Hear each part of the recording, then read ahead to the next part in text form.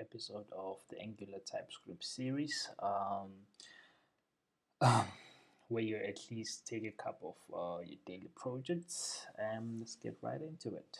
So, as you all know, Angular is a single page application front end framework, and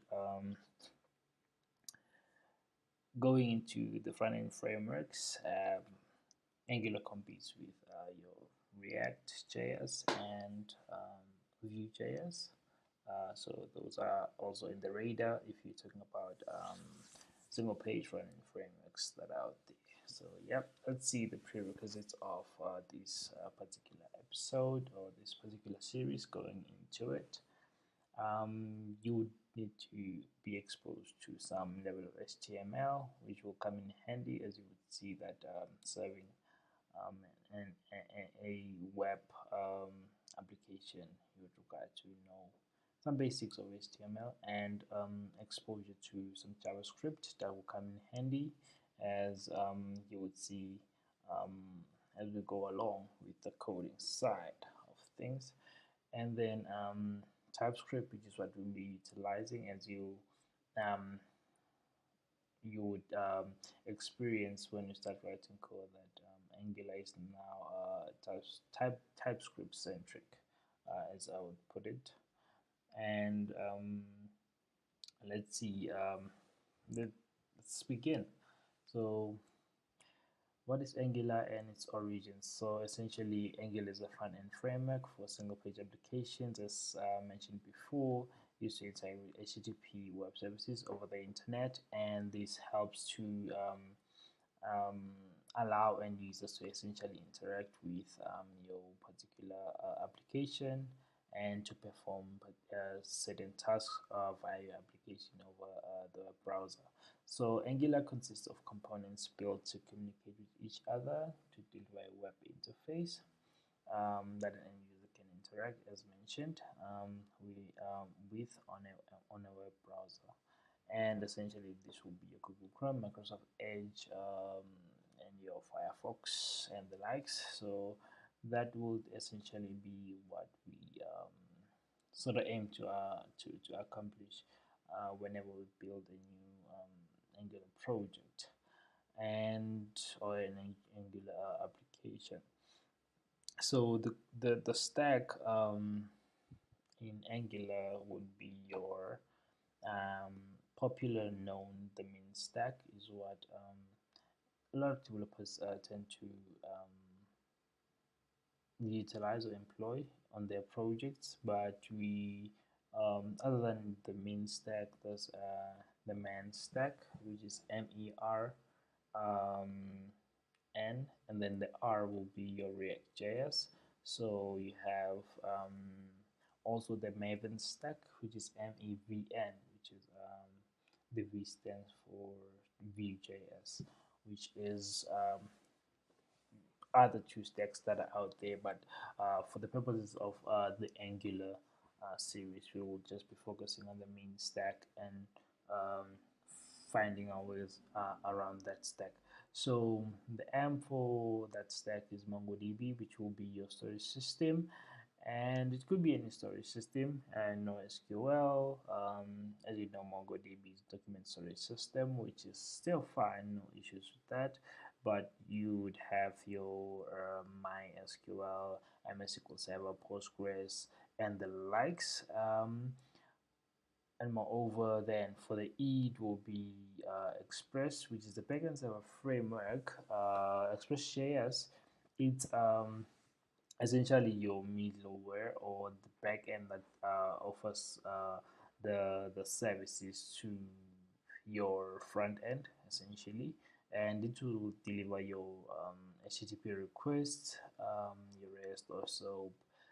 This is how you would look at it if you are a C Sharp.net, Java, Spring Boot framework developer. So if you have those already in place, so you already exposing this level of layer within the stack. And then Angular essentially will be the spa that serves the front end into the end user. And that's what we'll be diving into more details. And then in the end will be your Node.js, which uses npm, which is that the package manager, essentially to deliver the node libraries to your Angular application, and holds, it's the glue that holds everything together, and it delivers the dependencies. And you can also use npm to deliver your own, build your own libraries, and package them into npm, and then they can be exposed into multiple projects, and you can use them in the same way. And going into this series, we'll also be looking into how to build your own libraries, submit them to npm, see how you can then reuse your libraries into other projects as well. That will be some cool stuff that we'll see towards the end of the series. And then Angular, as you would know, Angular 2 is Angular TypeScript, which is a rewrite of Angular JS, and it offers greater features delivering web applications. And you'll see how the new Angular allows more capabilities in terms of delivering applications over servers and those type of features. And we'll go much more into details when we start with the code. So yeah, and that's the development done by the Google team, from the Angular JS to the complete rewrite to Angular, um, which is where we're at now. At this point, we're Angular 11. So by the time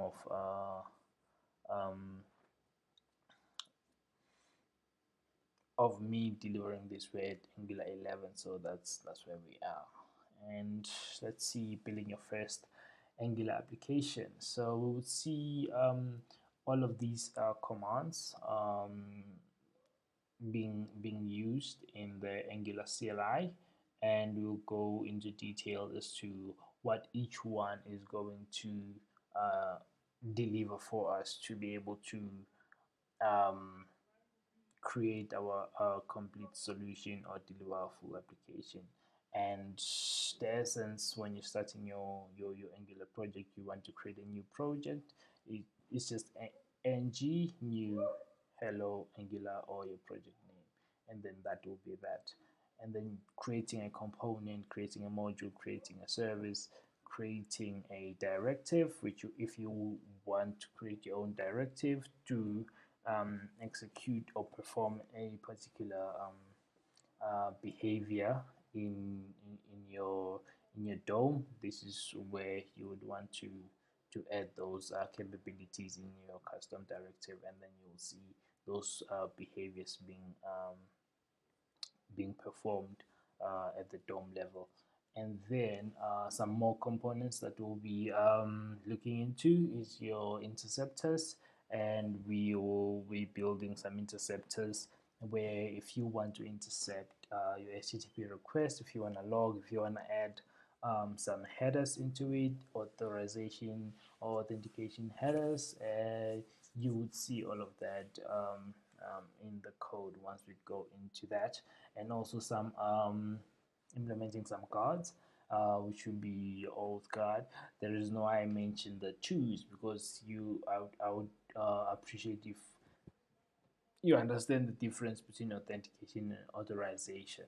And then you can also have the two guards, and they perform two different things. You can be authenticated but not authorized, and you can be authorized. You can be authenticated and authorized, but if you can't be authorized without being authenticated, but it doesn't go the other way. It only goes one way, for you to be authorized and to be authenticated, and that's how it is. So we're looking into all of this, and hopefully you'll become a better developer, and you understand when you get to the level of authentication and dealing with your JWT, generating your tokens, and all of those nitty-gritties when it comes to security.